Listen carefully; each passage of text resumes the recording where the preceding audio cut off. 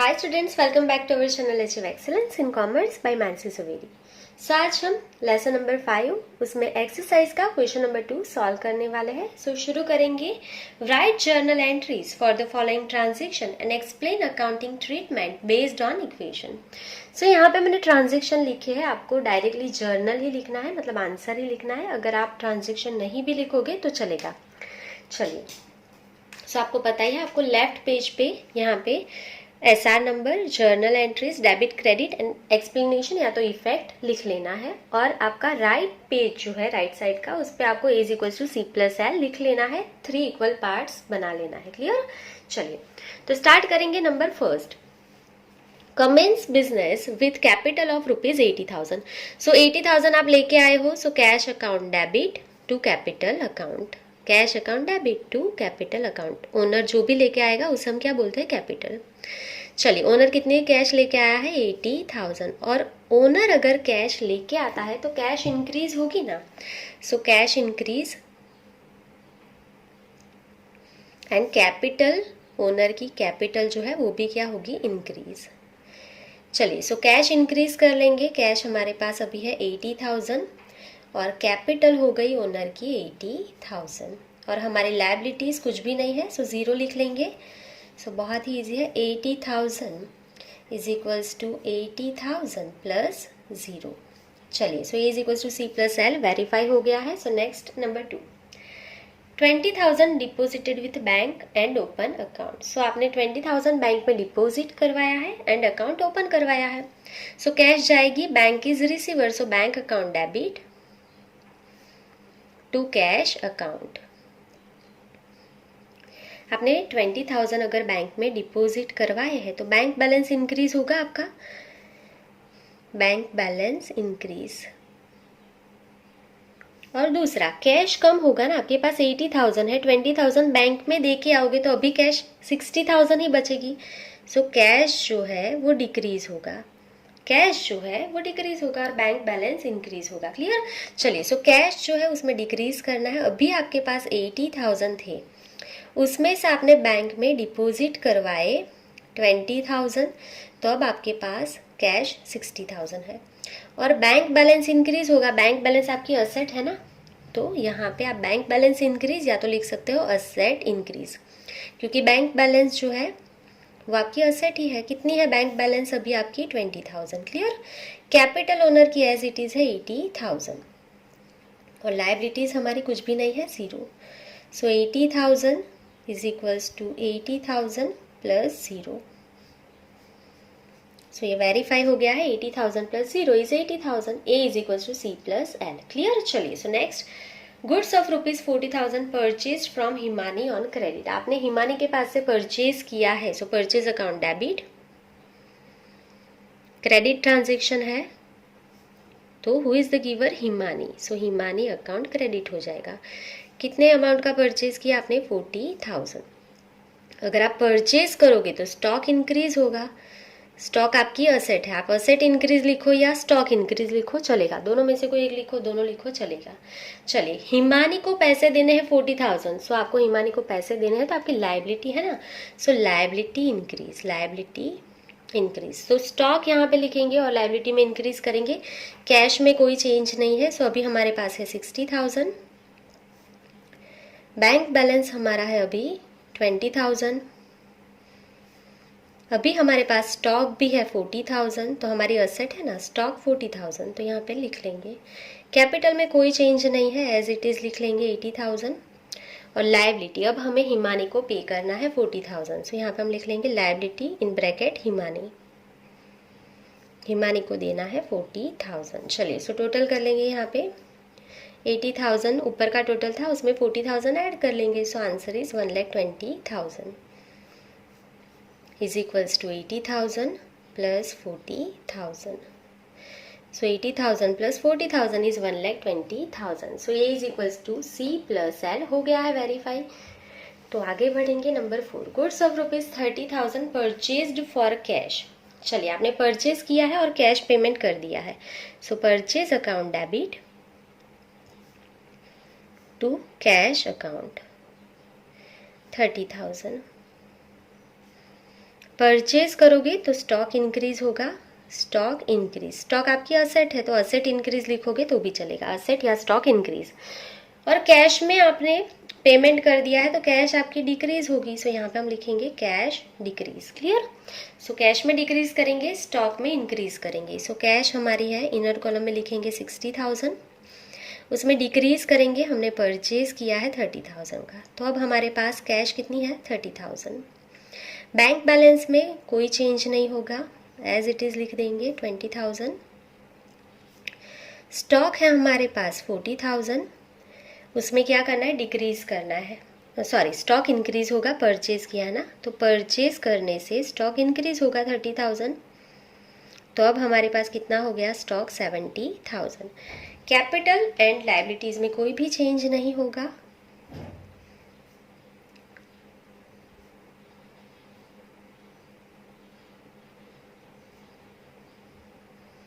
चलिए सो यहाँ पे हम टोटल कर लेंगे 1,20,000, उसमें स्टॉक ऐड हुआ और कैश माइनस हुआ, सो सेम टोटल ही रहेगा।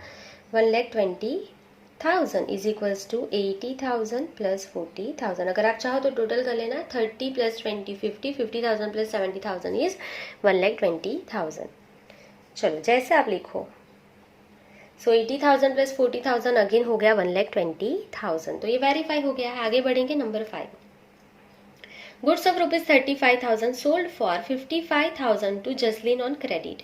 35,000 का गुड्स था, आपने 55,000 में जसलीन को सेल कर दिया, तो जो डिफरेंस है वो प्रॉफिट है, और प्रॉफिट किसका होता है, ओनर का। हमने इलिस्ट्रेशन में सीखा था अच्छे से। तो आपने सेल किया है क्रेडिट से, तो Jasleen is receiver, so Jasleen account debit to sales account. आपने सेल किया, कितने में सेल किया, जसलीन के पास आपको 55,000 लेने हैं, तो जसलीन के पास पैसा लेना है, so receivables increase, receivable increase, and sale किया तो स्टॉक कम होगा, so stock decrease, stock decrease होगा। चलिए सो यहाँ पे रिसीवेबल इंक्रीज करेंगे, स्टॉक डिक्रीज करेंगे, और प्रॉफिट की भी एंट्री होगी। ठीक है, चलिए so cash as it is लिख लेंगे। कैश हमारे पास अभी है 30,000। बैंक बैलेंस कितना है, 20,000। उसके बाद स्टॉक कितना है हमारे पास, 70,000। अभी वो उसमें डिक्रीज करना है, हमें सेल किया ना, तो माइनस सेल, हमने सेल किया, कौन सी प्राइस लिखनी है, कॉस्ट वैल्यू लिख लो। परचेज प्राइस 35,000 का था, तो 35,000 का स्टॉक ही कम होगा, 55 का नहीं होगा। ठीक है, मैंने आगे भी सिखाया है, 35,000 का स्टॉक है तो उतना ही डिक्रीज करना है, चाहे आप उसको 55,000 में सेल करो, चाहे आप उसको 40,000 में सेल करो, तो कॉस्ट वैल्यू से ही स्टॉक माइनस होगा। तो अब आपके पास स्टॉक कितना है, 35,000 का स्टॉक है। क्लियर? चलिए अभी आपको जसलीन के पास पैसा लेना है, तो आपकी असेट है ना, तो यहाँ पे हम लिख लेंगे रिसीवेबल जसलीन। जसलीन के पास आपको लेना है 55,000, तो आपकी असेट है। चलिए अब हमारी कैपिटल कितनी है, 80,000, सो यहाँ पे हम लिख लेंगे कैपिटल 80,000। चलो अब ये दोनों का जो डिफरेंस है वो हमारा क्या है, प्रॉफिट है, तो ऐड कर लेंगे प्लस प्रॉफिट। देखो आपने 55,000 में सेल किया और वो परचेज कितने में किया था, 35,000 में, तो डिफरेंस 20,000 आपका प्रॉफिट है। प्रॉफिट किसका होगा, ओनर का होगा। हमारी लायबिलिटी है, हिमानी को पे करना है, एज इट इज लिख देंगे 40,000। चलिए अब टोटल कर लेंगे इसका, सो 30,000 प्लस 20,000 प्लस 35,000 प्लस 55,000, सो ये कितना हो जाएगा, 1,40,000 इज इक्वल्स टू 80,000 प्लस 20,000 कितना हो गया, 1 lakh and plus 40,000, so 1 lakh plus 40,000, ये हो गया 1,40,000। So A is equals to C plus L, verify हो गया है। सो अब हम नेक्स्ट पेज पे जाएंगे। Number 6, goods of rupees 10,000 sold for rupees 18,000 in cash. So आपने यहाँ पे कैश में सेल किया है, 10,000 का गुड्स था, सो कैश में सेल किया है, so cash comes in cash account debit to sales account. कितना पैसा मिलेगा आपको, 18,000, 18,000। कैश आएगी तो कैश इंक्रीज, सेल किया है तो स्टॉक डिक्रीज हो जाएगा, स्टॉक आपका डिक्रीज हो जाएगा। चलिए सो प्रीवियस पेज में देख लेंगे हम कैश में इंक्रीज करेंगे, स्टॉक में डिक्रीज करेंगे। चलिए, सो यहाँ पे आप देख सकते हो कैश हमारी है 30,000, सो हम लिखेंगे कैश 30,000 थी। अब हमने सेल किया है तो हमें पैसा मिलेगा, 18,000 में सेल किया है, सो 30,000 प्लस 18,000 48,000 अब हमारी कैश हो गई। उसके बाद हमारा बैंक बैलेंस है, एज इट इज़ लिखेंगे बैंक बैलेंस 20,000।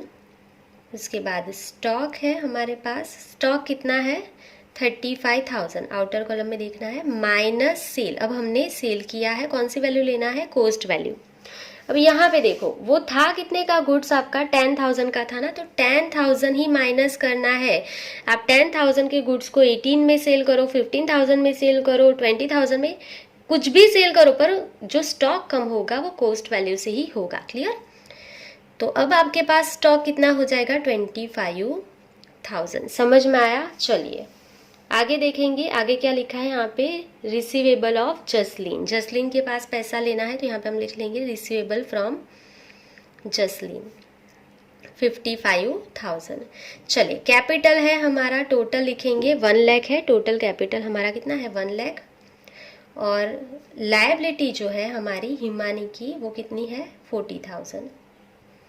चलिए अभी कैपिटल में हमें प्रॉफिट ऐड करना है, मैंने पहले प्रीवियस पेज में से लिख लिया। अभी देखो 10,000 का गुड्स था, आपने 18,000 में सेल किया, सो प्रॉफिट हुआ वो किसका होगा, ओनर का। तो यहाँ पे आपको ऐड करना है 18,000 में सेल किया, 10,000 का गुड्स था, तो जो 8,000 आपको एक्स्ट्रा मिले वो प्रॉफिट है, तो प्रॉफिट किसका होगा, ओनर का। क्लियर?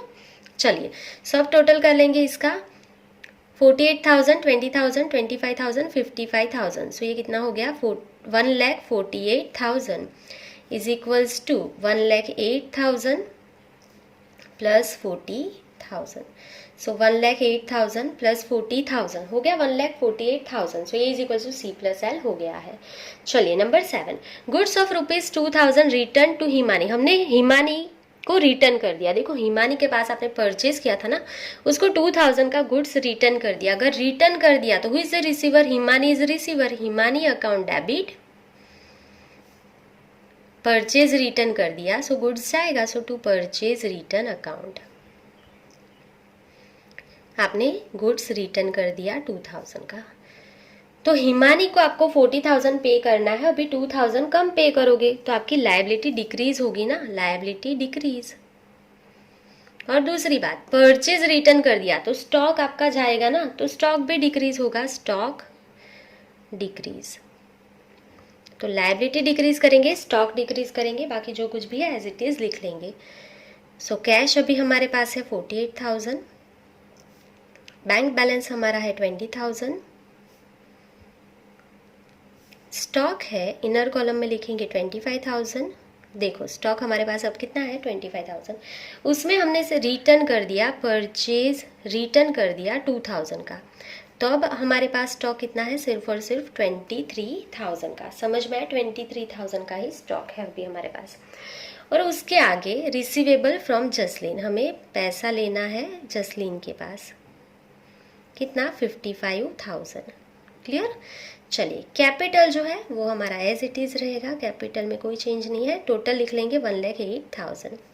अब हमें लायबिलिटी जो है हिमानी को पे करना था 40,000, उसमें से हमने परचेज रिटर्न कर दिया कितने रुपीज़ का 2,000 का, तो अब हम हिमानी को सिर्फ 38,000 ही पे करेंगे। हमारी लायबिलिटीज डिक्रीज हो गई, हम हिमानी को सिर्फ 38,000 ही पे करेंगे अब। क्लियर? चलिए तो दोनों एंट्री देख लो, स्टॉक डिक्रीज कर लिया, लायबिलिटी डिक्रीज कर लिया, सो टोटल कर लेंगे इसका। सो 1,48,000 माइनस 2,000, सो ये आ जाएगा 1,46,000। चेक कर लेना, इसका टोटल हो जाएगा 1,46,000 is equals to 1,08,000 plus 38,000। So 1,08,000 plus 38,000, तो आंसर क्या आ जाएगा आपका 1,46,000। क्लियर? चलिए so is equal to C plus L हो गया है। आगे देखेंगे number 8, goods of ₹4,000 return by Jasleen. Jasleen जो है उसको आपने सेल किया था ना यहाँ पे 55,000 का, उसने आपको 4,000 का गुड्स रिटर्न कर दिया, तो गुड्स रिटर्न आएगा तो sales return account debit, sales return account debit कितने का 4,000 टू किसने रिटर्न किया? जसलीन ने। So to Jasleen account 4000। चलो सेल्स रिटर्न आएगा तो स्टॉक वापस आया है तो स्टॉक इंक्रीज होगा। और जसलीन के पास से आपको पैसे लेने थे 55,000, अब वो आपको 4,000 कम देगी तो रिसीवेबल डिक्रीज होगा। आपको जो पैसा लेना था वो डिक्रीज हो जाएगा, ठीक है। अब 4,000 कम मिलेंगे आपको। चलिए, सो रिसीवेबल डिक्रीज करेंगे और स्टॉक जो है वो इंक्रीज करेंगे, ये दोनों में कोई चेंज नहीं है। चलिए, सो कैश लिख देंगे as it is, bank balance as it is, stock जो है 23,000 का है, रिटर्न आ गया 4,000 तो यहाँ पे प्लस करेंगे सेल्स रिटर्न 4,000, तो अब हमारे पास स्टॉक कितना हो गया? 27,000। चलिए, उसके बाद यहाँ पे रिसीवेबल फ्रॉम जसलीन, हमें पैसा लेना था 55,000 माइनस उसने सेल्स रिटर्न कर दिया 4,000 का, गुड्स हमें दे दिया वापस, तो अब वो कितने पैसे पे करेगी? सिर्फ और सिर्फ हमें 51,000 ही पे करेगी। समझ में आया? ये दोनों में कोई चेंज नहीं है, एज इट इज लिख देंगे। कैपिटल है हमारी टोटल 1,08,000 और हमारी लायबिलिटीज है, हमें हिमानी को पे करना है अब सिर्फ और सिर्फ कितना पे करना है? 38,000। क्लियर? चलिए, सो टोटल कर लेंगे इसका। ये हो गया 48,000 प्लस 20,000 प्लस 27,000 प्लस 51,000। तो यहाँ पे हमने प्लस किया माइनस किया तो एज इट इज अमाउंट आ जाएगी 1,46,000 is equals to 1,08,000 plus again 38,000। So 1,08,000 plus 38,000 answer is 1,46,000। A is equal to C plus L verify हो गया है। चलिए नेक्स्ट आगे जाएंगे। Number 9, accounts are settle with Himani and Jasleen. मतलब हिमानी को हमें पैसे देने थे 38,000, वो हमने पे कर दिए, और जसलीन के पास लेने हैं अभी 51,000। देखो यहाँ पे 51,000 ही लेना है, तो उसने हमें 51,000 दे दिया। तो इसकी दो एंट्री होगी, तो यहाँ पे मैंने नंबर 1 लिखा है। सबसे पहले हम हिमानी को पे करेंगे, 1 बाय 1 ही एंट्री करेंगे। So account settle with Himani, पहले हिमानी नेम लिखा है तो हम हिमानी को पे कर लेंगे। हिमानी को 38,000 पे करो, तो Himani is receiver, Himani account debit to cash account, cash में पे करोगे ना, सो टू कैश अकाउंट। आपको कितने पैसे देने हैं? हिमानी को 38,000। सो यहाँ पे हम लिख रहे हैं 38,000। तो अभी हिमानी को पे कर दोगे तो लायबिलिटी डिक्रीज हो जाएगी, अब आपको हिमानी को कुछ नहीं पे करना है, ठीक है। तो लायबिलिटी डिक्रीज हो जाएगी आपकी। और दूसरी बात, कैश में पे करो तो कैश जाएगी ना 38,000, so cash is also decrease. Cash जाएगी तो कैश भी डिक्रीज होगी, तो कैश डिक्रीज करो, लायबिलिटी डिक्रीज करो, बाकी जो कुछ भी है एज इट इज लिख लेंगे। सब हमारे पास कैश है 48,000 minus paid to Himani, Himani को पे कर लो 38,000, तब आपके पास कितने पैसे बचेंगे कैश में? 10,000। क्लियर? चलिए आगे बढ़ेंगे। Bank balance as it is 20,000, stock हमारे पास है 27,000, रिसीवेबल फ्रॉम जसलीन, अब हमें जसलीन कितने पैसे देगी? सिर्फ 51,000 देगी। कैपिटल में कोई चेंज नहीं होगा, 1,08,000। चलो, लायबिलिटी हिमानी को पे करना है हमें 38,000 माइनस पेड, हमने पे कर दिया 38,000, पूरा पैसा पे कर दिया, तो अभी बाहर जीरो या तो डैश कर दो, तो अब हमें उसको कुछ पे नहीं करना है। तो इसका यहाँ पे टोटल कर लेंगे 10,000, 20,000, 27,000 एंड 51,000, तो ये कितना हो जाएगा? 1,08,000 इज इक्वल्स टू 1,08,000 प्लस 0। अब हमें इसको कुछ पे करना नहीं है, हमारी लायबिलिटी 0 हो गई। समझ में आया? तो 9 नंबर में हमने सिर्फ और सिर्फ एक ही जर्नल की है। अभी हमें जसलीन को भी पैसा पे करना, सॉरी जसलीन के पास पैसा लेना है, कितना? 51,000, तो उसकी एंट्री करना बाकी है। तो नेक्स्ट पेज पे जाएंगे। सो जसलीन के पास से आपको 51,000 रुपीज मिलेगी cash. So cash account debit, किसने दिया पैसा? जसलीन ने। So to Jasleen account, Jasleen's account, Jasleen आपको 51,000 अभी दे देगी। सो कैश आएगी, सो कैश इंक्रीज, और जसलीन के पास से पैसा मिलेगा। सो रिसीवेबल थे नहीं जसलीन आपकी, तो रिसीवेबल कम हो जाएगा, रिसीवेबल डिक्रीज। क्लियर? चलिए, सो प्रीवियस पेज में से कैश इंक्रीज करेंगे, रिसीवेबल डिक्रीज करेंगे, बाकी जो कुछ भी था एज इट इज लिख लेंगे। सो लास्ट ट्रांजेक्शन आपका यहाँ से कैश अभी आपके पास है 10,000, सो लिखते जाएंगे कैश 10,000 है। उसमें जसलीन आपको पे कर देगी, या तो इंक्रीज लिखो या तो जसलीन लिखो, जो भी लिखो। इंक्रीज हो जाएगी 51,000, आपको पैसा मिलेगा जसलीन के पास से। तो अब आपकी कैश कितनी हो जाएगी 61,000, ठीक है। अभी आपकी कैश कितनी हो जाएगी 61,000। उसके बाद बैंक बैलेंस है आपके पास 20,000, स्टॉक है आपके पास 27,000। आपको जसलीन के पास से लेना था 51,000, उसने आपको पे कर दिया, रिसीव हो गया आपको, रिसीव्ड या तो डिक्रीज लिख दो, 51,000 मिल गया। तो अब आपको जसलीन के पास से कोई भी अमाउंट लेना नहीं है। क्लियर? चलिए कैपिटल एंड लायबिलिटीज लिख लेंगे, उसमें कोई चेंज नहीं है। सो कैपिटल आपके पास टोटल है 1,08,000, लायबिलिटीज अभी कुछ नहीं है, जीरो हो गया क्योंकि आपने हिमानी को पे कर दिया, तो ये जीरो है। क्लियर? आगे देख लो, जीरो है। चलिए सो आगे बढ़ेंगे यहाँ पे। सो इसका टोटल क्या हो जाएगा 61,000, 20,000, 27,000, तो ये हो गया आपका 1,08,000 is equals to 1,08,000 plus 0। So ये हो गया A is equals to C plus L। चलिए विड्रो ₹5,000 फ्रॉम बैंक, बैंक में से आप 5,000 लेके आए हो, सो कैश आएगी। सो कैश अकाउंट डेबिट, किसने दिया? बैंक ने। सो टू बैंक अकाउंट कितना पैसा दिया 5,000, सो 5,000 पैसा आएगा तो कैश इंक्रीज, एंड बैंक में से लेके आओगे तो बैंक बैलेंस डिक्रीज होगा ना, बैंक बैलेंस डिक्रीज। आपके पास 20,000 है, आप 5,000 विड्रॉ करके लाओ तो भी आपके बैंक में अकाउंट में पैसा कितना रहेगा 15,000 ही रहेगा। तो कैश इंक्रीज करो, बैंक बैलेंस डिक्रीज करो, capital liabilities as it is ही रखेंगे। चलिए सो कैश है हमारे पास 61,000, उसमें इंक्रीज करेंगे प्लस विड्रॉ फ्रॉम बैंक, या तो इंक्रीज लिख दो, जो भी लिखो आप, दोनों राइट है। बैंक विड्रॉ करके आए या तो इंक्रीज लिखो। कितना पैसा लेके आए 5,000, तो अब आपके पास कैश कितनी है 66,000। बैंक बैलेंस हमारे पास था 20,000, उसमें डिक्रीज लिख दो या विड्रॉ लिख दो, जो भी लिखो। 5,000 आप लेके आ गए, तो अब आपके पास बैंक में कितना पैसा बचेगा 15,000। स्टॉक एज इट इज है, स्टॉक अभी हमारे पास कितना है 27,000। जसलीन तो जीरो हो गई तो यहाँ पे नहीं लिखेंगे। चलिए कैपिटल हमारी है 1,08,000, और अभी हमें किसी को भी कुछ भी पैसा नहीं देना है, सो लायबिलिटी जीरो। सो इसका टोटल क्या हो जाएगा again 1,08,000 is equals to 1,08,000 plus 0। So ये हो गया A is equals to C plus L। Clear? चलिए सो यहाँ पे आपके ट्रांजेक्शन नंबर 10 तक कंप्लीट हो गए हैं। सो हम आज नंबर 10 तक ही कंप्लीट कर रहे हैं, बाकी के नंबर 11 से 19 जो है वो हम नेक्स्ट वीडियो में देखेंगे। सो आज के लिए बस इतना ही। Thank you for watching, keep learning, take care.